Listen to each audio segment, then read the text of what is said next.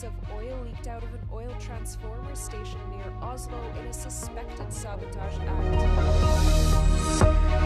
The European Union stepped up financial support for Syria but said investments hinge on a credible and inclusive transition. Roughly 60,000 tons of oil leaked out of an oil transformer station near Oslo on Sunday. Reportedly, a hole had been cut in a fence surrounding the premises, and the cover at the bottom of the transformer was unscrewed and left open. Det ser ut til at noen har brutt seg inn og skrudd av et deksel nede på transformatoren, og så latt det stå åpent sånn at det har rent ut masse olje. National power grid operator Statnett believe the incident was an act of deliberate sabotage. However, police authorities said in a statement that they currently had no concrete evidence to confirm so. While the oil is not harmful to humans, it can have a detrimental impact on the environment. Oil barriers and absorbents have been deployed to contain and clean up the spill. US President Donald Trump says he will discuss ending the war in Ukraine with his Russian counterpart Vladimir Putin on Tuesday. His comments come after Ukraine agreed to a US-brokered ceasefire plan last week. Trump said territorial issues and power plants are going to be part of Tuesday's conversation. By Tuesday, I'll be speaking to President Putin on Tuesday, and a lot of work's been done over the weekend. We want to see if we can bring that war to an end. Maybe we can, maybe we can't, but I think we have a very good chance. And we'll be talking about land, we'll be talking about power plants, because that's up, it's a big question. Press Secretary for Putin confirmed the Russian leader is scheduled to speak with Trump on Tuesday. Last Thursday, Putin said he supported a truce but listed several questions he said still had to be discussed. The diplomatic efforts to secure a ceasefire deal come as Russia and Ukraine traded drone fire over the weekend and into Monday morning. Canada's new Prime Minister, Mark Carney, visited Paris on Monday to meet with French President Emmanuel Macron, seeking European support as U.S. President Donald Trump continues to attack Canada's sovereignty and economy. Since Trump came to office, he has imposed sweeping tariffs on Canadian steel and aluminium and repeatedly commented on turning Canada into the 51st U.S. state, infuriating Canadians and sparking a call to boycott U.S. products across the country. Carney said he hopes to work with France and the rest of Europe to maintain positive relations with the U.S. With you, Mr. President, I want to ensure that France and the whole of Europe works enthusiastically with Canada, the most European of non-European countries, determined like you to maintain the most positive possible relations with the United States. It's a powerful message. Canada's new Prime Minister, Mark Carney, chose France as his first foreign trip since taking office last Friday. And just as tensions are at an all-time high between Canada and the U.S., Carney is signaling that he wants to get closer to his European allies, including French President Emmanuel Macron. Both Macron and Carney said on Monday that it's important to continue to support Ukraine as well as European security at a time when U.S. President Donald Trump is growing closer to Russia's President Vladimir Putin. Carney's itinerary signals that Canada is growing closer to its former colonial powers rather than with its traditional ally and direct neighbor, the United States. The United States carried out new airstrikes on Yemen on Monday, after both the Trump administration and the Iran-backed Houthis vowed escalation over the weekend. The Houthi-run health ministry said that at least 53 people have been killed since the U.S. began its new wave of strikes against the rebel group on Saturday, including 5 children and 2 women. The Houthis retaliated on Sunday with attacks on the USS Harry S. Truman aircraft carrier and its accompanying warships. The U.S. said its strikes aim to deter the rebels from attacking military and commercial vessels in the Red Sea. The Houthis said last week they would resume targeting Israeli vessels after Israel cut off humanitarian aid to Gaza this month. The U.S. airstrikes were among the most extensive attacks against the Houthis since the war in Gaza began in October of 2023.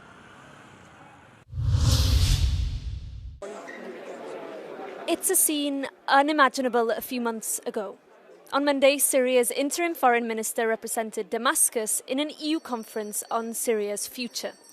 The European Union doubled down on its support for the country's transition after the fall of al-Assad, unveiling €2.5 billion and committing to further investments if the new authorities steer the country towards an inclusive, stable future. We are ready to do more to attract the necessary investments for reconstruction as the political transition advances towards a credible, an inclusive and non-sectarian government. But despite hope, there is also fear. Brutal violence recently erupted in Syria's northwest between gunmen linked to the new Sunni Islamist-led government and pro-Assad insurgents, with more than 1,300 reportedly killed. The UN says Alawite communities were mostly targeted. The violence outbreak is very worrying, and it shows that the hope in Syria is really hanging by thread. I think that we have to be more vocal on both directions, which is clearly expressing when those things happen that no impunity would be allowed, and we want that this kind of situation won't be repeated. Also on the table, what the transition means for Syrians in Europe. The UN's refugee agency says 60% of Syrian refugees have voiced an interest in returning to their home country. But the UN's migration chief told Euronews that discussions on the return of refugees cannot take place without commitment to investing in Syria's future. What we're encouraging states to do is to really invest in this peace-building process, invest in the revitalization of Syria, invest in humanitarian assistance. Because what we do know is that if people go home and they're subjected to violence, or they don't feel safe, or they don't have a future, then they'll migrate out again. The European Union says that after 14 years of civil war, it can now work together with the government in Damascus to ensure this is the beginning of a better chapter in Syria's history. It wants to invest further in Syria. It could further ease sanctions, and it's touting a role for the European Investment Bank in the reconstruction of the country. But the recent eruption of violence in the northwest of the country is a reminder that the situation is still volatile. The interim president, Ahmed al-Sharaa, is a former al-Qaeda commander, and the rebel group he led to topple the al-Assad regime is still listed as a terrorist organization by the European Union. But despite all that, officials here say that for now, the de facto Syrian government is the best hope for Syria. Marit Gwyn for Euronews in Brussels. Ex-President of Georgia, Mikhail Saakashvili, has been sentenced to a further 4.5 years in prison, bringing his total sentence up to 12 years and 6 months. On Monday, the court sentenced him on charges of illegally crossing Georgia's border when returning from exile in Ukraine in 2021, when he was immediately arrested. Saakashvili, who served as Georgia's president from 2004 to 2013, had previously been sentenced on charges of abuse of power and embezzlement that opposition parties have labelled as politically motivated. I am being judged for daring and managing to transform Georgia into a successful state, for defeating corruption, for striving for the people and not for my own pocket, he explained on a video conference call in court on Monday. In 2003, Saakashvili led the so-called Rose Revolution protests. In office, he reorientated Georgia towards the west and embarked on an ambitious public sector reform.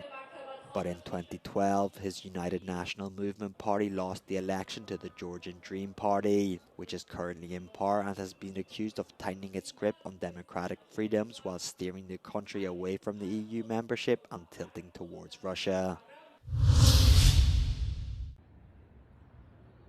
Representatives from Turkey, Greece, the UK, EU and the Turkish and Greek Cypriot leaders met in Geneva to discuss the possibility of reopening negotiations and reunification of the Mediterranean island. Cyprus has remained divided since 1974, when Turkish forces invaded and occupied the northern part of the island.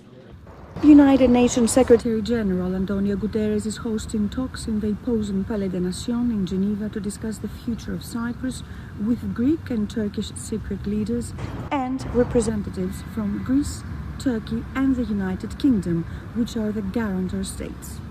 During the talks, the representatives will explore the possibility of reopening negotiations for a solution.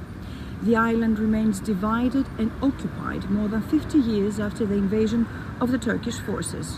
While supporters of a solution value the mere convening of the meeting, they acknowledge that expectations are very low. According to Turkish diplomatic sources, the meeting is expected to discuss views on the Cyprus issue for the upcoming period and is not meant to be a continuation of past negotiation processes or the beginning of a new negotiation process. On the other hand, shortly before departing for Geneva, the President of the Republic of Cyprus, Nikos Christodoulidis, spoke of limited expectations, but at the same time he said that during the talks they should exploit all the possibilities for reopening the negotiations. Whether this is a meeting that will confirm the gap in the views of the two sides or pave the way for new talks remains to be seen in the next hours when the two sides show their cards. Faye Gary, Euronews, Geneva.